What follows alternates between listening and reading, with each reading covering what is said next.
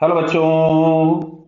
यहां लिखा है uniform rod of mass 2 kg and length L is suspended by two smooth hinge 1 and 2 as shown. The force F is equals to 4 Newton is applied downwards at a distance L by 4 from hinge 2.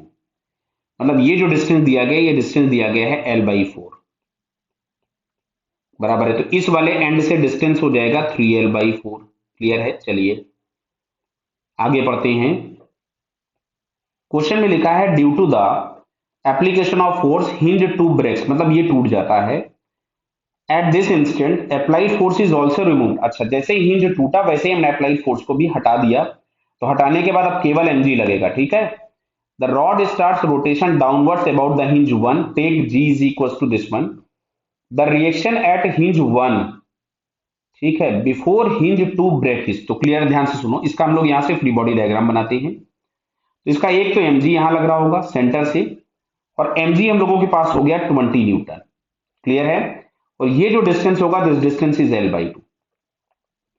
यहां कहीं से force लग रहा है hinge का, reaction force 1।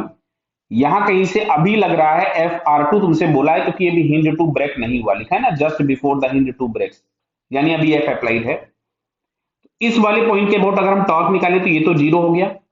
हमको दिख रहा है F का टॉर्क इसी सेंस में है, mg का टॉर्क इसी एंटी क्लॉकवाइज, और इस FR का टॉर्क क्लॉकवाइज है।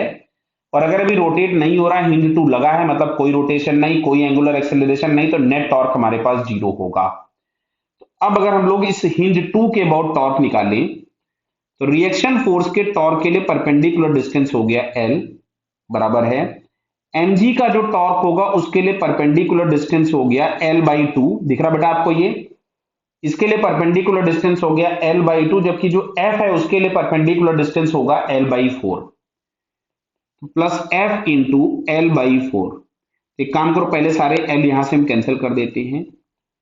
तो reaction force at 1 is equals to, ये तो आ गया 10 प्लस F कितना दिया था? 4 न्यूटन। देखिए, तो यहां से हमारे पास मिलेगा 4 by 4 1 हो जाएगा। तो यहां से आंसर फाइनली आता है 11 न्यूटन। तो रिएक्शन फोर्स 1 से जो आ रहा है दैट इज 11 न्यूटन, जो कि हमको थर्ड ऑप्शन में दिया है। क्लियर?